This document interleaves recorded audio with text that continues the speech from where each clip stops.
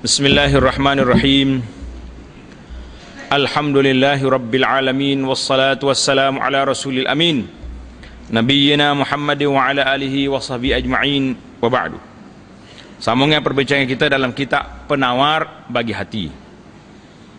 Penawar Bagi Hati, bab yang kedua pada menyatakan hati, penyakit yang batin. Dalam penyakit batin ini kita telah belajar 3 perkara. Sambungan kita pada kali ini bab yang keempat pada menyatakan dengki. Dengki itu apa dia makna dengki? Tengok. Ini kitab kita ni bagus. Penulis dia ni rahimahullah taala, dia panggil manhaji. Dia tulis, tengok. Dia letak takrif dulu, mula-mula start. Apa makna dengki? Tanda di bawah tu. Bermula dengki itu. Itu sakat itu tu dia nak cerita kepada kita definisi ataupun takrif dengki itu makna apa. Bermula dengki itu iaitu mencita-cita akan hilang nikmat daripada orang lain, sama ada nikmat dunia atau nikmat agama, atau mencita-cita akan turun bala atasnya. Sakat tu tutup kurungan. Setapas itu dia panggil tamatlah dia punya takrif. Apa dia takrif dengki? Dalam kitab kita ni kata apa? Seorang yang cita-cita mengharapkan supaya hilangnya nikmat daripada saudara dia. Bila dia tengok sahabat dia ni, senang dia sekarang ni, macam mana kita nak suruh hilang nikmat dia ni? Kita khianat pada dia, kita buat fitnah pada dia, kita jatuhkan dia supaya hilang nikmat dia. Maka ini dia panggil hasil perbuatan dengki ni, dia mari banyak macam-macam. Jadi bila dia tengok orang ni senang, dia sakit hati. Dengki ni, hasad ni. Itu dia panggil dengki. Sama ada nikmat dunia atau nikmat agama. Nikmat ni ada 2. Nikmat dunia maksudnya orang tu kaya, tinggi melangit dia punya kedudukan. Nikmat agama pula macam mana? Contohnya seorang ustaz ni baik, alhamdulillah Tuhan bagi pada dia ada ilmu, dia mengajar orang-orang pun suka dengar dia sebagainya. Jadi bila orang ni tengok, Allah, saya mengajar orang tak ramai, orang ni mengajar ramai, mula sakit hati, mula dia dengki pada orang, iri hati orang panggil. Jadi sebabnya kesan daripada dengki inilah dia akan bawa macam-macam benda lagi penyakit. Dalam bab ni dia akan bawa kesan daripada dia, daripada bermula daripada dengki itu dia boleh buat apa saja sampai pada pembunuhan berlaku. Atau mencita-cita akan turun bala ke atasnya. Kita tak suruh hilang nikmat, tapi suruh jatuh bala. Gerai aku tengok dia ni senang nampak kaya, biarlah terbakar rumah dia, biar rumah dia kena rampok kau orang. Apa dia itu kereta dia, mana kita nak hilang zawal nikmat, hilang nikmat daripada orang itu. Suruh aksiden kereta kau, suruh apa benda kau, yang pentingnya kita nak suruh orang itu jadi kena bala. Maka ini dia panggil orang dengki, orang yang nak suruh orang ni hilang nikmat ataupun turun bala. Itu dengki. Satu dengki lagi yang tidak dianggap dengki, iaitulah dia panggil ghibtah. Apa dia ghibtah ni? Kita tengok orang tu kaya, kita nak kaya juga. Kita pun, dia usaha kuat, kita usaha juga. Dia kerja pukul 8 pagi sampai pukul 5, kita 8 pagi sampai pukul 10 malam. Itu dia panggil. Tengok orang ni alim, kita nak alim juga. Dia mengaji 10 orang cikgu, kita 20 orang. Itu dia panggil munafasah, perlawanan. Tak apa. Yang tak bolehnya nak suruh hilang nikmat orang tu, ataupun nak suruh kena bala orang tu. Itu dia panggil dengki. Ghibtah ni macam dengki juga, tapi bukan dengki, nak munafasah, nak orang panggil nak berlomba dengan orang ni. Hukum dengki ni apa hukumnya? Dan iaitu haram lagi dosa besar. Termasuk dalam perbuatan dosa besar. Dosa besar ni satu dosa yang tidak diampun oleh Allah Ta'ala kecuali dengan bertaubat. Itu makna dosa besar. Apa makna dosa besar? Dosa besar ni satu kesalahan yang orang ni buat tak dapat diampunkan kecuali dengan dia bertaubat. Dosa kecil, alhamdulillah, ambil wudu, apa dosa? Semaya, gugur dosa. Kan kita belajar dari kitab Muniyatul Musalli, bila orang itu salat, sujud, habis dosa-dosa dia berterabur, jatuh habis. Itu dosa-dosa kecil. Dosa besar ni tidak gugur kecuali dengan bertaubat. Nak taubat itulah berat ni. Tengok dalam kitab kita nanti. Bahkan adalah ia satu penyakit, dosa besar, dengki ini satu penyakit yang besar daripada segala penyakit hati. Kalau penyakit hati itu banyak kategori, dengki ini yang terbesar sekali, nombor satu. Dia panggil yang paling kanan sekali. Jadi dalam hadis ini dia kata apa? Di riwayat daripada Nabi sallallahu alaihi wasallam, disabda Nabi sallallahu alaihi wasallam,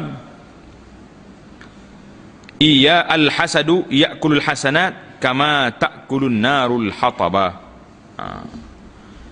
Dia ambil sekali iyyakumul hasad. Jadi biasanya kalau lafaz hadis ini dia akan mari dia bermula dengan iyyakum wal hasad. Fa innal hasada ya'kulul hasanati kama ta'kulun narul hataba.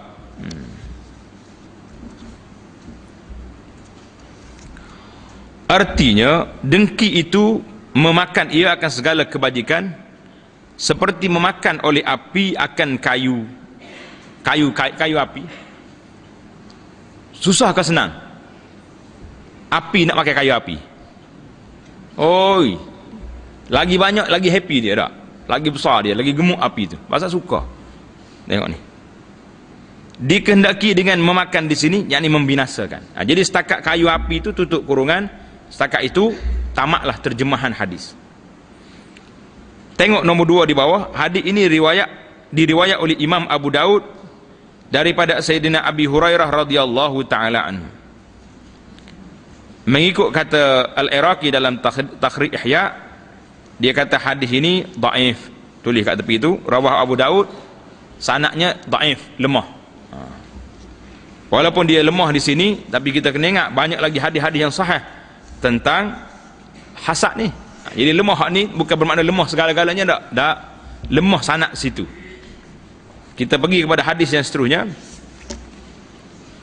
Dan sabda Nabi sallallahu alaihi wasallam, la tahasadu wala taqata'u wala tabaghadu wala tadabaru wa kunu ibadallahi ikhwana. Wa kunu ibadallahi ikhwana. Hadis ini tengok nombor 1 di bawah ditulis rawahul Bukhari wa Muslim an Anas. Rawahu al-Bukhari wa Muslim an Anas.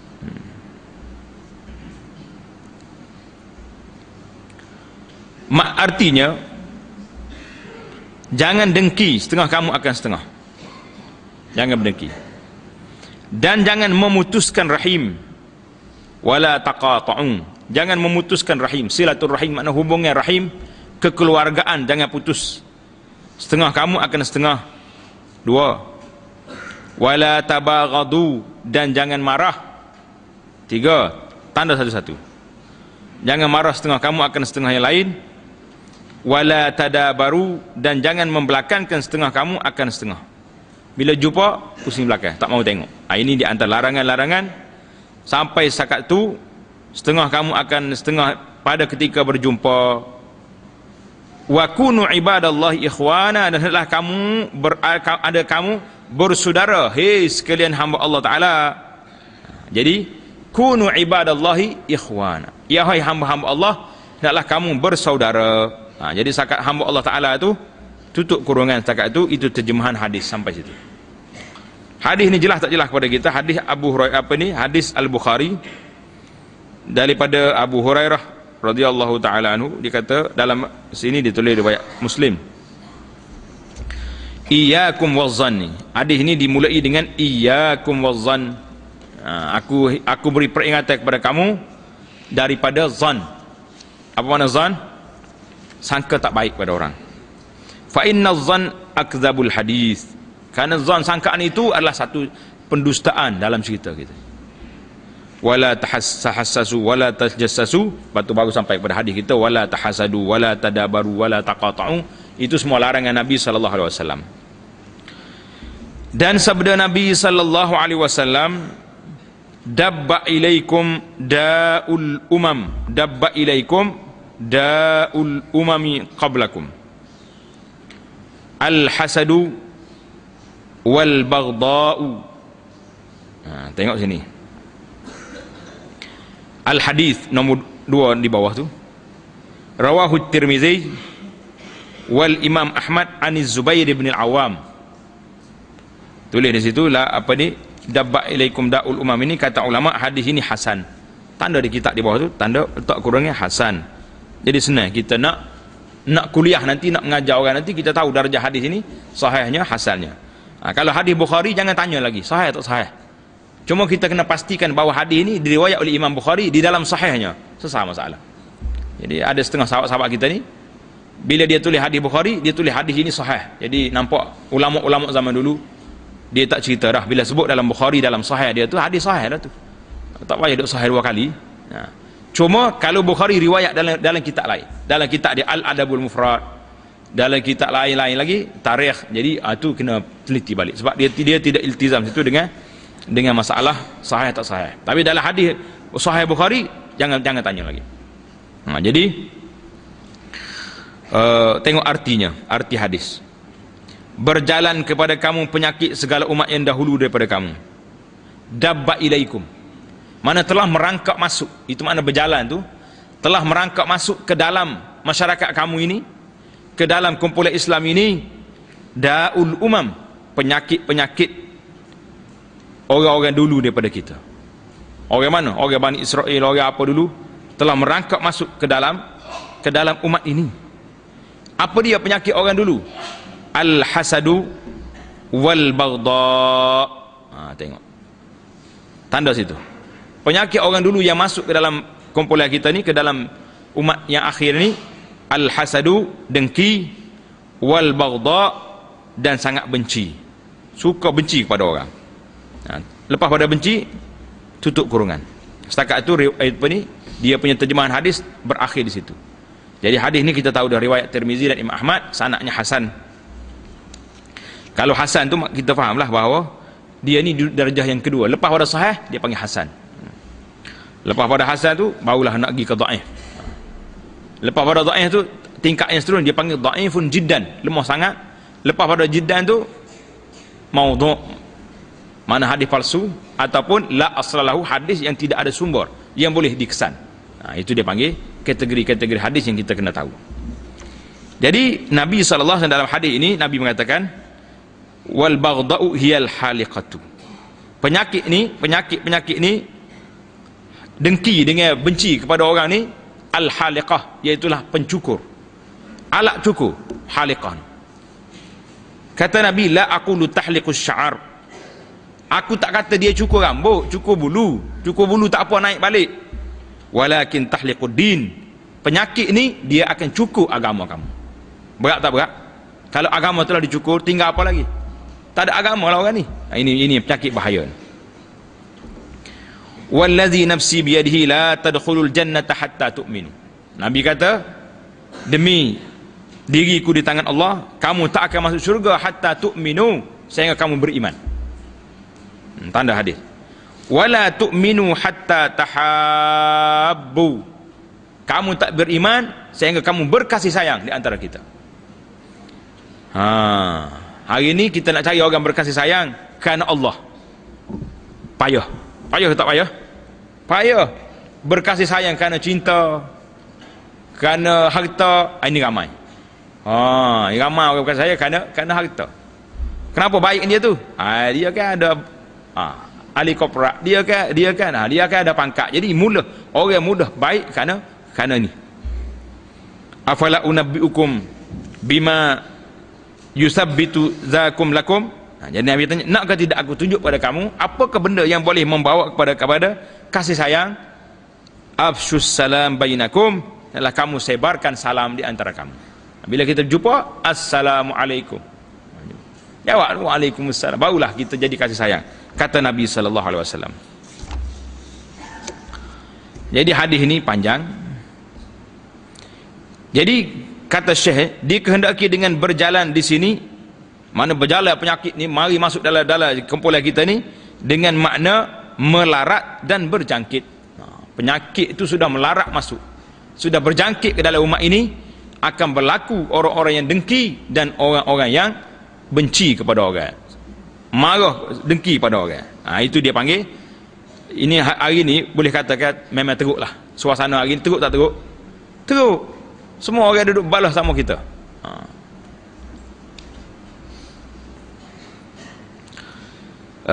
Dan bermula sebab bagi dengki itu, tanda di tepi kitab kita, sebab dengki ini apa sebab dia, apa puncanya, kita nak tahu sebab kita nak buang penyakit ni.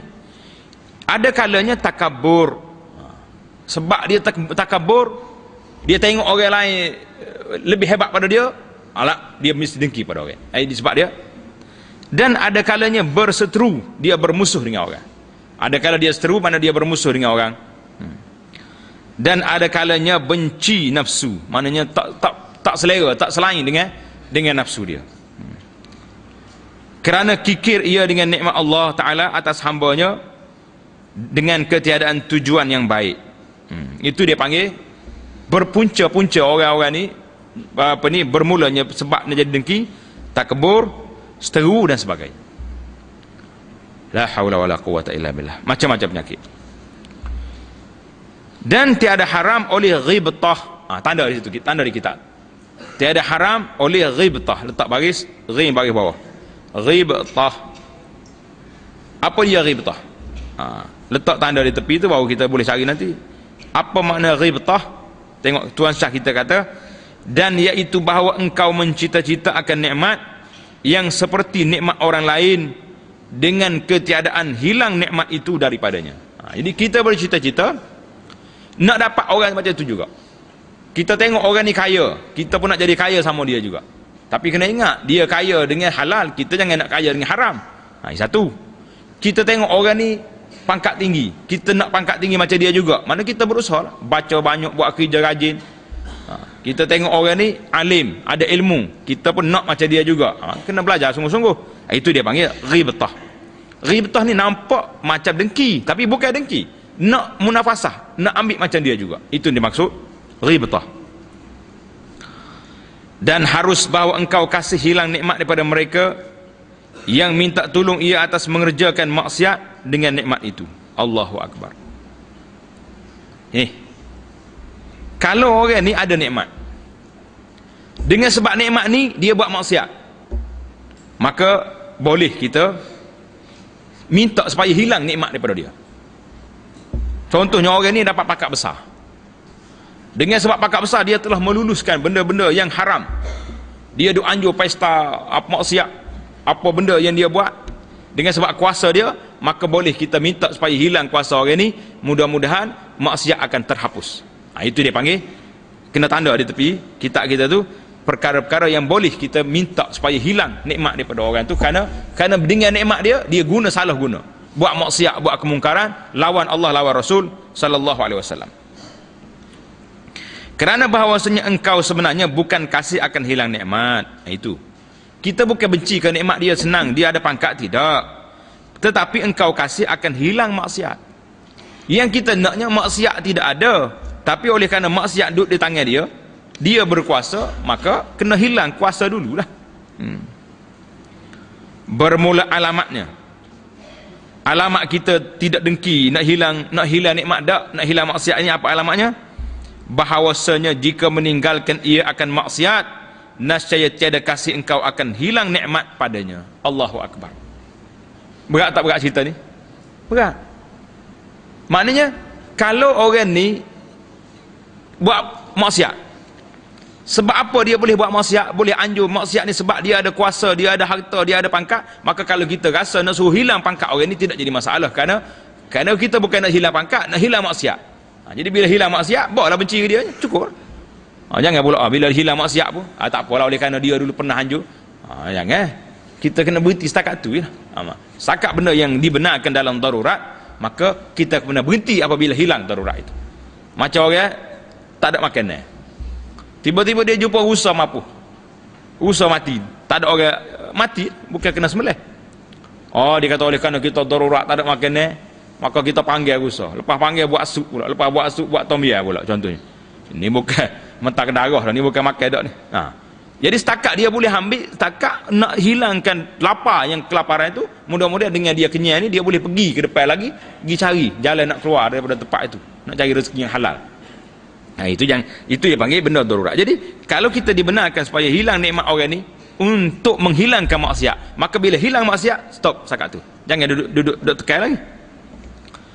Allahu Akbar. Dan ketahui olehmu bahawasanya penyakit hati seperti dengki tiada ada ubatnya melainkan dengan dicampur ilmu dengan amal. Tanda kat situ dia panggil formula ramuan bagaimana nak hilangkan penyakit besar ni, penyakit dengki, nak hilang macam mana ni. Syekh ni kita kata kita kena campur ilmu dengan amal. Seperti makjun. Makjun ni ubat ni.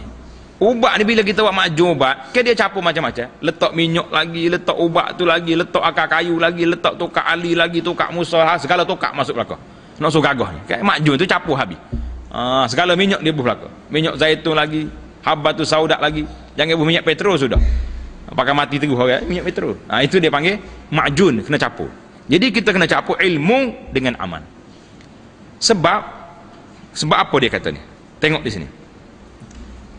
Maka adapun ilmu, maka bahawa mengetahui ia akan bahawasanya dengkinya itu memberi mudarat akan dirinya sendiri.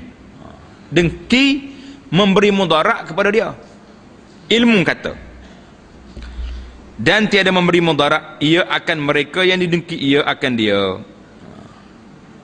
Dan tiada memberi mudarat ia akan mereka yang didengki ia akan dia. Bahkan memberi manfaat ia akan dia. Betul. Kalau kita dengki kepada orang, dengki itu beri manfaat kepada kita ke beri mudarat? Kata sikit. Mudarat kepada kita, manfaat kepada orang yang didengki. Sebab apa? Sebab kita boleh dosa, dia boleh pahala. Kita duk cerita dia, kita duk kutuk dia, kita duk hina dia contohnya. Itu dia panggil manfaat dapat kepada dia. Adapun tengok Syekh kita hurai di sini. Adapun bahawasanya dengki itu memberi mudarat ia akan orang yang dengki, si pendengki itu. Kerana apa? Maka kerana membatalkan ia akan pahala kebajikannya, seperti yang tersebut pada hadis yang pertama tadi. Hadis yang pertama tadi dia kata apa? Hadis itu walaupun lemah, dhaif, tapi disokong oleh hadis-hadis yang lain. Api dengki ni makan kebajikan kita seperti api makan kayu api. Itu dia panggil. Tambahan lagi, menyebabkan oleh dengki itu akan murka Allah Subhanahu wa ta'ala akan orang yang dengki itu. Kerana murka ia akan qada Allah Ta'ala. Tengok sebab apa Allah Ta'ala murka kepada orang yang dengki. Sebab orang si pendengki ini dia tak terima qada Allah Ta'ala. Macam mana orang itu boleh kaya? Macam mana orang itu boleh pangkat tinggi? Sebab takdir Tuhan, Allah Ta'ala beri kepada dia. Tiba-tiba kita duduk dengki, sakit hati. Jadi orang ini tak terima takdir Tuhan. Kerana murka ia akan qada Allah Ta'ala. Dan kikir ia. Apa makna kikir? Bakhil. Di mana kikir itu mana? Bakhil. Bahasa Kelantan kata kupik. Kupik ataupun kikir. Bakhil. Ia dengan nikmat Allah Ta'ala yang meluaskan ia akan dia daripada perbendaharaannya atas hambanya ini. Menjadi atas hambanya Allah Ta'ala peluas rezeki pada orang ni. Kita duduk deki dengan orang itu. Itu dia panggil kita bakhil dengan rahmat Allah Ta'ala yang luas, nikmat Allah yang luas. Ini mudarat pada agamanya. Itu mudarat pada agamanya. Sebab tanilah hilang dosa kita, dapat kita mendapat kemurkaan Allah, kita bakhil kepada nikmat Allah. Itu mudarat pada agama. Adapun mudarat dengan dengki itu pada dunia, maka bahawasanya orang yang dengki itu sentiasa ia dalam duka cita yang berpanjangan. Kerana bahawasanya seterunya tiada sunyi daripada nikmat. Allahu Akbar. Betul ke tak betul? Orang yang duka cita dari sudut dunianya, orang yang si pendengki ni, dia akan duka cita sama hidup. Hidup dia bila tengoknya kawan itu senang, Allah dia ni. Bila tengoknya orang itu nampak sihat, Allah. Jadi hati itu sakit, jiwa tak tenang. Itu penyakit orang dengki pada orang. Jadi pasal itulah kita kena hapuskan sifat ni. Kita kena berlapang dada. Rezeki Allah Ta'ala beri kepada orang, alhamdulillah dia boleh banyak, aku boleh sikit, tapi taklah kita lapar juga. Itu dia kedudukannya. Itu dari sudut apa dia sana? Manfaat. Adapun bahawasanya dengki memberi manfaat ia akan seterunya, yang dengki ia akan dia. Jadi dengki ini memberi mudarat kepada pendengki, memberi manfaat kepada seterunya, dan tiada memberi mudarat ia akan dia. Maka kerana bahawasanya nikmatnya tiada hilang ia dengan dengki itu. Orang yang kita dengki kepada dia tu tak hilang nikmat. Duduk situ dia berkaya, kita duduk dengki, duduk sakit hati kita seorang. Bahkan digandakan akan kebajikannya, kerana dipindahkan pahala kebajikan orang yang dengki itu kepadanya. Bila orang dengki kepada kita, kita tak lawan, kita senyap, kita sabar, pahala dia dapat kepada kita. Pendeknya, orang yang dengki itu seperti mereka yang melempar seteru dengan batu. Jadi kerja dia hanya duk campak batu ke seteru dia, lontar sana sini, pekun batu. Maka tiada kena seterunya. Dia lontar kuat sangat, bagi seteru dia sembunyi di sebalik pokok. Apa jadi? Batu lontaran dia tu kena ke pokok kayu, kena ke dinding, dia pantul balik, pusing balik batu tu, dan kembali batu itu kepada matanya, maka membutakan ia akan dia. Jelas ke tak jelas cerita kita ni? Jadi ini dia panggil ubat yang pertama yang kita nak faham. Nak hilangkan penyakit dengki, yang pertama kena ada ilmu. Jadi ilmunya apa dia? Kita simpul sekali lagi. Nak suruh betul-betul kita jelas faham masalah ni. Yang pertama sekali, kita kena tahu bahawa dengki ini memberi mudarat kepada kita, manfaat kepada orang yang didengki. Itu kita kena tahu dari sudut ilmunya. Baik, kita pergi kepada yang kedua. Adapun ubat bangsa amal. Yang tadi pemula ubat dengki ilmu. Yang kedua dari sudut amal pula, bagaimana kita nak hilangkan penyakit ini? Maka iaitu bahawa mengetahui ia akan hukum dengki, dan akan perkataan dan perbuatan yang menyebabkan akan keduanya oleh dengki itu. Kita tengok dari segi hukumnya, haram. Maka menyalahi ia akan keduanya. Tengok masalah ni, kita lawan dia. Dan mengerja ia akan lawan bagi keduanya, maka memuji ia akan mereka yang dengki ia akan dia. Jadi bila kita tengok Allah, aku ni dengki orang ni, baik, kita puji dia. Puji sungguh lah, jangan puji cara ikhlas, jangan puji duk perli. Dia tu memang kaya, moga habis projeknya berdar dia belaka. Itu bukan puji. Puji kau lah gitu. Okey, tak panggil puji lah gitu. Dia tu kaya sungguh, dia tak tahu belaka, dia tu halal pun tak apa, haram pun tak apa, dia tu puji macam tu. Ni orang panggil makan tekak ni lagu ni tak? Lipat tekak ni, tidak puji lah gitu. Jadi nak, kalau kita puji, alhamdulillah Tuhan bagi rezeki kepada dia, dia pun alhamdulillah ahli masjid, duit derma sampai selalu. Jadi itu baru puji sungguh. Tapi kalau puji kak kok belakang, itu bukan puji dah tu. Orang panggil lipat tekak. Dan menzahirkan ia akan sukacita dengan nikmatnya, dan merendah diri ia baginya, dan dengan demikian itu jadi oleh mereka yang dengki ia akan dia kawan baginya. Kita pergi bersahabat dengan dia pula. Orang dia ni tak, biasanya orang dengki ni dia tak akan berkawan dengan orang yang dia dengki. Tengok kawan itu mari, dia akan lari kot ni. Tengok kawan itu duduk kedai ni, dia akan minum air kedai kopi sebelah. Sebab nak cerita tu. Tengok tu orang kaya tu. Sombong tu. Tu dia. Penyakit ni lah dia. Jadi kita bila kita dengki pada orang, kita kena buat baik dengan dia. Kita puji dia. Kena jadi kawan dengan dia, dan hilang daripadanya oleh dengki itu, dan lepas ia daripada dosanya dan seksanya. Telah berfirman Allah Subhanahu wa taala, idfa' billati hiya ahsan fa idzal ladzi bainaka wa bainahu adawatun ka'annahu waliyyun hamim. Tengok surah Fussilat nombor 1 di bawah. Surah Fussilat ayat 34. Artinya tolak olehmu dengan perkara yang lebih elok. Jadi kalau orang buat tak baik pada kita, kita tolak dengan cara baik.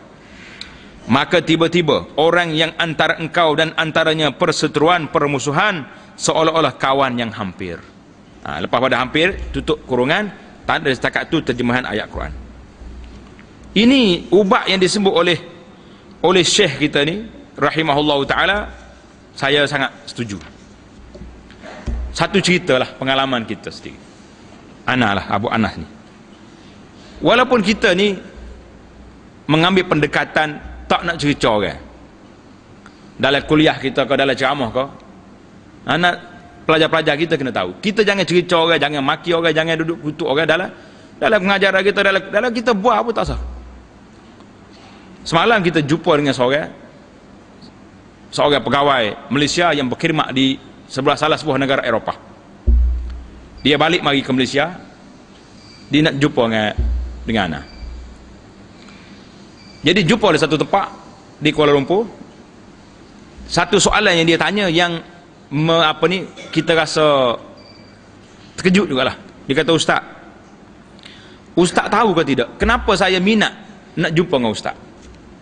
Hebat juga kita ni, orang lelaki-lelaki ni, jangan salah faham, bukan orang perempuan. Namanya kita cek mana pula ni kata. Dia kata, Ustaz, saya baca dalam internet ada seorang ni duk kutuk ke saya, kutuk Abu Anas. Dia kata, Ustaz ni macam-macam lah. Saya pun tak nak sebut sini lah, kita bukan nak puji kita, tapi nak ceritanya orang dengki ni. Jadi bila orang ni kutuk dalam internet ni terbuka, dia, kita nak kata apa kita kata ya, boleh. Allah Ta'ala tahu, malaikat tulis. Ingat baik-baik, kita boleh kata apa tapi dosanya ada. Jadi bila dia baca orang ni duk kutuk Abu Anas ni teruk sangat, macam-macam lah dia kata. Kita ucap terima kasih lah kepada orang itu kerana beri pahala kepada saya. Yang menyebabkan saya cari nama ni, dia cari nama saya dalam internet, dia jumpa. Bila dia jumpa, dia dengar rakaman yang kita mengajar ni, kita rakam ni, dia dengar rakaman ni. Dia kata bila dia dengar, dia baca apa yang kita tulis dalam apa ni, yang Ana tulis dalam blog website Abu Anas Madani itu. Dia kata nampaknya bercanggah apa yang ditulis oleh orang itu dengan yang dia tengok secara realitinya. Kita apa yang Ana mengajar, apa yang kita tak ada pun dia tahu Ustaz kutuk-kutuk orang, tak ada pun Ustaz. Jadi yang menyebabkan dia telah belajar beberapa siri yang banyak. Kuliah-kuliah kita dia ikut perkembangan. Setengah masa dia telefon daripada Eropah, telefon nak tanya, ada benda dia tak faham waktu dia dengar dalam internet. Tengok orang ni. Jadi dia kata hasil daripada orang kutuk Ustaz, saya cari Ustaz. Dan hari ni saya nak jumpa Ustaz sendiri secara peribadi. Dia pun cerita pengalaman dia, kenapa dia kena. Jadi kita tak kena, tidak ada hubungan keluarga, tak ada hubungan sahabat, hubungan agama dia. Jadi inilah bila orang dengki, dia lontar tak kena, kita balik muka dia sendiri. Orang yang dineki tu menjadi orang lain pula tolong ambil manfaat daripada ilmu yang kita mengajar. InsyaAllah tak apa. Pelajar-pelajar kena ingat, kita bila orang kutuk kita, jangan balas balik kutuk. Bila orang kata huduh pada kita, biarkan. Sebab semua yang dia kata, sama ada dia tulis dalam internet, dia photostat kertas sebar di mana-mana tempat, dia tulis dalam majalah dan surat khabar, semua pahala boleh kepada kita. Tak apa, tidak jadi masalah. Ini orang dengki, Allah Ta'ala akan tunjuk satu hari apa dia akan jadi. Kita serah kepada Allah Ta'ala. Kita tak usah doa, ya Rabbi tunjuk aku orang dengki ni, biarnya mampu bayar tanah. Tak ngeh, jangan kata apa-apa. Kita bila lagi orang kata jahat, tak baik pada kita, kita muhasabah diri kita. Aku tak baik sungguh kan. Bertaubat kepada Allah Ta'ala, kembali kepada Allah. Jadi kesannya, tengok peristiwa ni, kita jangan rasa susah hati. Orang nak kata kepada kita, biarnya kata. Nabi SAW, orang kata gila, majnun, macam-macam lagi, ahli sihir. Jadi kalau kita ni orang kata, ya. Nah, yang pentingnya dakwah kita insya-Allah bergerak, berjalan sampai orang boleh kena pula melalui fitnah yang dibuat itu. Biarkanlah. Imam Ahmad, seorang tokoh yang hebat dalam dunia Islam ni. Imam Ahmad ni ada seorang orang ni alim juga, tapi bermusuh dengan Imam Ahmad. Kerja dia kutuk Imam Ahmad. Satu hari Imam Ahmad ni tengok anak-anak murid dia mari, anak pelajar-pelajar mari daripada satu tempat. Dia kata, kamu mari daripada mana? Dia kata, saya pergi belajar dengan Syekh, Tok Guru tu, Ustaz tu. Imam Ahmad kata, apa? Kamu belajarlah dengan dia, kamu tulis apa yang dia ajar, kamu dhabit apa yang dia kata. Pelajar-pelajar tercengang, terkejut. Dia kata, Imam, kenapa tuan cakap macam ni? Orang tu selalu je kutuk Tuan Syekh Imam Ahmad. Boleh Tuan Syekh kata pergi belajar dengan dia kutuk imam. Imam Ahmad kata apa? Dengar ni kata-kata Imam Ahmad yang menyejukkan hati kita. Imam Ahmad kata, aku nak buat macam mana? Allah Ta'ala balakan ustaz tu dengan kerja dia cerca aku. Aku boleh pahala, dia boleh dosa. Tuhan bala dah dia. Jadi biarlah orang duk kutuk kita. Mengajar di masjid, mengajar di surau, mengajar di balasah. Kerja dia Abu Anas duk kutuk. Ngajar kat orang tak erti kapu tak apa kerjaannya ni duk kutuk orang ni. Berapa benda bolehnya? Ni bolehnya boleh dosa. Biarlah dia tolong beri pahala kepada kita. Kita kebetulan kita sendiri pun malah ibadat. Allah Ta'ala nak naik darjat tu, dia berilah bala-bala macam ni. Wallahu ta'ala alam. Cerita pengalaman tu bukan masuk dalam bab kita ni sebenarnya. Dan ketahui olehmu bahawasanya tabiat manusia kasih ia akan mendapat nikmat kawannya, tiada kasih ia akan mendapat nikmat seterunya. Memang kita suka sahabat kita senang, tapi kalau musuh kita senang, sakit hati. Tak? Dan benci ia akan yang menyusahkan kawannya. Kita tak mau kawan kita susah, adik-beradik kita, keluarga kita tak mau.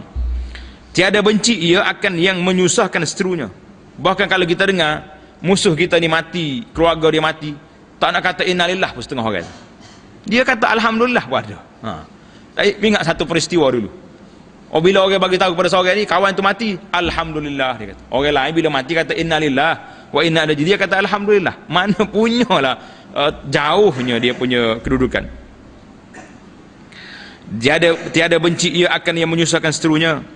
Maka jika tiada kuasa engkau menyamakan antara kawan engkau dan seteru engkau pada kasih dan benci itu, maka hendaklah melepaskan engkau akan diri engkau daripada dosa dengki itu dengan dua perkara. Baik. Sepatutnya kita sama je, musuh dengan kawan sama.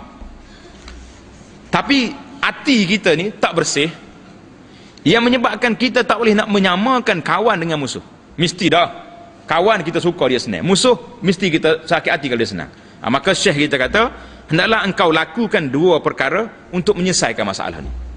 Memang cantik lah apa yang diajar kepada kita ni, cantik, kerana kita tahu naluri manusia ni itu dia.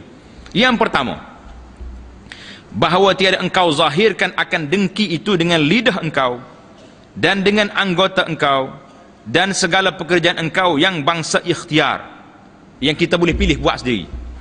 Bahkan menyalahi engkau dengan lidah dan anggota engkau akan yang tersebut daripadanya seperti yang telah terdahulu ini. Yang terdahulu inilah makna sabda Nabi SAW yang disebut tadi, al-da'ul dabba alaikum da'ul umam. Maknanya penyakit-penyakit umat telah masuk dalam diri kita, kita kena buat. Jadi ada riwayat lain dalam hadis ini. Hadis yang tengok di sini dia tulis salasun. Hadis salasun ni tak ada pula dalam kitab kita ni, takhrij boleh jadi pencetak ni tak jumpa cari hadis. Kita baca dulu hadis ni diriwayatkan. Hadis ni diriwayatkan daripada Nabi SAW. Jangan tulis sabda, tulis diriwayatkan. Bila disebut diriwayat, kita fahamlah kaedah yang telah diletak oleh ulama-ulama hadis. Kalau hadis sahih dia kata qala Rasulullah. Kalau hadis dhaif dia kata ruwiya anin Nabi, diriwayatkan. Jadi kita guna perkataan diriwayatkan daripada Nabi SAW.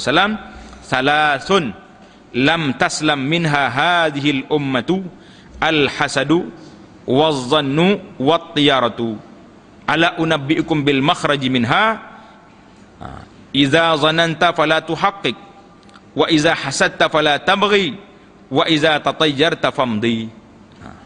Artinya bermula tiga perkara tiada sejahtera, maknanya tidak selamat, tak terlepas daripadanya oleh umat ini. Umat Muhammad sallallahu alaihi wasallam ini tak terlepas daripada tiga perkara ini. Yang pertama, dengki. Akan ada orang dengki. Yang kedua, zon, jahat sangka buruk pada orang. Kita ni suka sangat, apa benda pun duk bersangka buruk pada orang. Orang ni. Dan yang ketiga, bercanding. Apa dia bercanding tu? Siapa dia tahu bercanding ni boleh bagi hadiah. Apa dia canding? Mana orang lama-lama nak versi 80 tahun 70 tahun ni tak ingat bercanding ni apa dia. Bercanding ni dia panggil tiarah. Tiarah ni bersangka ambil sempena tak baik dengan burung-burung. Cending. Bercending. Kena baca bahasa Kelantan kata bercending. Bercending ni. Kalau orang Melayu bercending, apa lagi? Kurung. Yang tulis kat situ, bercanding ni makna dianya mengambil apa ni, sempena tak baik dengan burung-burung, dengan ular, dengan apa benda lah, benda-benda ni. Ambil, dia panggil menganggap sial. Wah, satu lagi, bercending ni maknanya sialan. Jadi apa dia sialan ni? Tengok dalam terjemahan seterusnya. Jadi diriwayatkan, dia kata, adakah tiada aku khabarkan akan kamu dengan tempat keluar? Jadi 3 penyakit ni ada. Apa dia penyakit? Dengki, zan dan tiarah. Mengambil sialan dengan benda-benda ni. Jadi nak ke tidak aku tunjuk pada kamu makhraj, exit dia, macam mana nak keluar daripada 3 perkara ni. Yang sahabat-sahabat kata, naklah wahai Rasulullah. Jadi katanya sini, apabila engkau menyangka engkau akan sangka yang jahat, maka jangan engkau tahqiqkan. Jadi kalau kita rasa hasad ni, kita deki kepada orang ni, duduk dia. Orang panggil biar dalam ni, jangan keluar daripada mulut. Jangan kita tahqiqkan. Jadi kalau kita duduk tunjuk kita ni dengki lah, itu mana ikut perasaan itu. Artinya, jangan engkau kerjakan apa yang dituntut bagi sangka itu. Bahkan hendaklah engkau terhenti daripada memutuskannya dengan sangka itu, dan daripada mengerjakan apa yang dituntutnya itu. Dan apabila engkau dengki, maka jangan engkau melampaui. Dengki, jangan ikut perasaan. Lebih pada itu lagi. Artinya, jika mendapat engkau dalam hati engkau akan sesuatu daripada dengki, maka jangan engkau kerjakan dengan dia. Jadi bila kita dengki, jangan ikut perasaan. Bila kita zan, dan apabila engkau zan, sangka jahat, sangka tak baik pada orang, jangan kita apa sana dia kata fala tabghi, jangan melampau. Kita sangka orang ni tak baik, tapi janganlah kita duduk kutuk dia siang malam. Ni dak, bila kita sangka orang tak baik, kita duduk tunjuk orang tu, saya rasalah orang ni memang jahat sungguh ni. Selalu dia berjalan malam-malam. Apa dia buat ni? Kita tak tahu dia buat apa, boleh jadi dia berjalan tu apa benda. Selalu je dia pergi kawasan ni. Kawasan ni kawasan. Jadi sangkaan-sangkaan yang tak baik begini, kalau kita nak lepas kena fala tabghi, jangan ikut. Dan apabila kita, dan jangan engkau apa ni canding saat ni, menganggap sial, cending. Mana pahuna sana ni? Dan apabila bercending, menganggap sial pada satu, maka engkau lalu olehmu kepada tujuan engkau, dan jangan engkau kembali seperti memperbuat akan dia oleh jahiliah. Bila kita rasa, kan kita dengar cerita orang tua, kalau kita lalu ni ada burung terbang kat ni, tak boleh pergi. Kita lalu tengok burung terbang, ada orang tua kata jangan pergi, burung tak baik, kita terus pergi, maka kita dah lawan tiarah, lawan anggapan sial yang telah dipakai oleh jahiliah. Jadi kita jangan ikut jahiliah, kita ikut Islam. Satu. Selesai tak masalah kita ni? Selesai lah. Menceritakan hadis ini, jadi muhakkik dianya tak takhrikkan, sebab syekh kita ni telah bawa dah cerita ni. Lepas pada jahiliah tu tutup kurungan. Setakat tu terjemahan hadis, berhenti setakat tu. Sekali dengan huraiannya sekali. Menceritakan maknanya meriwayatkan, mentakhrikkan akan hadis ini oleh Al-Hafiz Abdul Rahman bin Umar Al-Asfahani. Nama dia Abdul Rahman bin Umar Al-Asfahani ini terkenal dengan nama Rustuh. Kamu baca dengar je lah. Namanya Rustuh. Abdul Rahman bin Umar Al-Asfahani, nama dia Rustuh. Dalam kitabnya Al-Iman, dia punya satu kitab nama kitab Al-Iman, daripada Al-Hasan Al-Basri. Hadis ini dinamakan hadis mursal. Syekh kita ni bagus, dia ambil sini. Hadis mursal itu maksudnya apa? Artinya mengangkat akan dia oleh tabi'in kepada Nabi SAW. Jadi tabi'in kata qala Rasulullah, sepatutnya dia ada sahabat tengah tu. Oleh kerana tak ada sahabat, Hasan Basri kata. Jadi pasal itulah ulama-ulama hadis kata hadis ini mursal, maknanya tidak hadir daripada Nabi, tidak diangkat kepada Nabi oleh sahabat, diangkat oleh tabi'in. Jadi kebanyakan ulamanya hadis ini telah dibawa oleh Al-Imam Suyuti di dalam kitabnya Al-Jami'us Shaghir. Al-Jami'us Shaghir, sanad dianya dhaif, Tulis itu. Hadis ini diriwayat oleh Abdul Rahman bin Umar Al-Asfahani Rustuh, dan telah dalam kitabnya Al-Iman telah dinukil oleh Al-Imam Suyuti dalam kitab Al-Jami' As-Shaghir, dan sanadnya dhaif. Tulis, sanad dia dhaif, dan dia pun hadis mursal. Jadi panjanglah kalau kita nak tengok huraya-huraya imam imam dalam kitab ni. Terus lagi kita pergi kepada kita, itu yang pertama. Kalau kita dengki pada orang yang pertama, jangan kita ikut perasaan, jangan kita luahkan. Yang kedua, ubat yang kedua, bahawa benci engkau daripada diri engkau, akan kasihnya hilang nikmat Allah Ta'ala daripada sekalian hambanya. Kita kekal diri kita, aku tak suka orang lain hilang nikmat. Allah Ta'ala beri nikmat pada dia, itu rezeki dia. Maka apabila menyertai oleh benci engkau yang menyebabkan oleh agama, dengan suka engkau akan hilang nikmat yang menyebabkan dia oleh tabiat, nascaya tertolak daripada engkau oleh dosa suka engkau itu. Jadi kalau kita rasa nak suruh hilang juga nikmat orang ni sebab dia buat maksiat sangat, maka itu dia panggil dari sudut agama. Mana kita letak aku benci ni bukan kerana dengki nak jadi kaya macam dia, tak. Dengki dari sudut agama sebab orang ni salah guna harta dia ni buat maksiat, salah guna pangkat dia ni buat maksiat. Dan tiada diwajibkan atas engkau mengubah akan tabiat, kerana tiada kuasa engkau atasnya pada kebanyakan kelakuan. Kita nak ubah tabiat bukan senang, kerana bahawasanya tabiat itu tiada dapat mengerasi akan dia, melainkan mereka yang putus pendidikannya daripada makhluk. Jadi kalau kita ni hebat sangat dah, tak terakak dengan makhluk, barulah kita boleh hilang tabiat, perasaan-perasaan yang tak baik ni. Ini perlu pada mujahadah, bukan satu barang yang senang. Bahkan mengetahui ia dengan yakin akan bahawasanya yang empunya nikmat itu tiada sunyi daripada bahawa ada ia isi api neraka. Sudah. Kita yakin akan bahawasanya orang yang punya nikmat itu tiada sunyi daripada bahawa ada ia isi api neraka atau ada ia isi syurga. Jadi orang ni tengok, mungkin dia pergi ke syurga, mungkin dia pergi ke neraka. Kalau dia baik, dia pergi syurga. Maka jika ada ia isi api neraka, maka tiada memberi manfaat akan dia oleh nikmat itu. Kalau orang ni kaya atas dunia, tapi dia derhaka pada Allah Ta'ala, dia akan pergi ke neraka. Biarlah nikmat tu sekejap je, lepas tu dia jumpalah apa yang dia nak.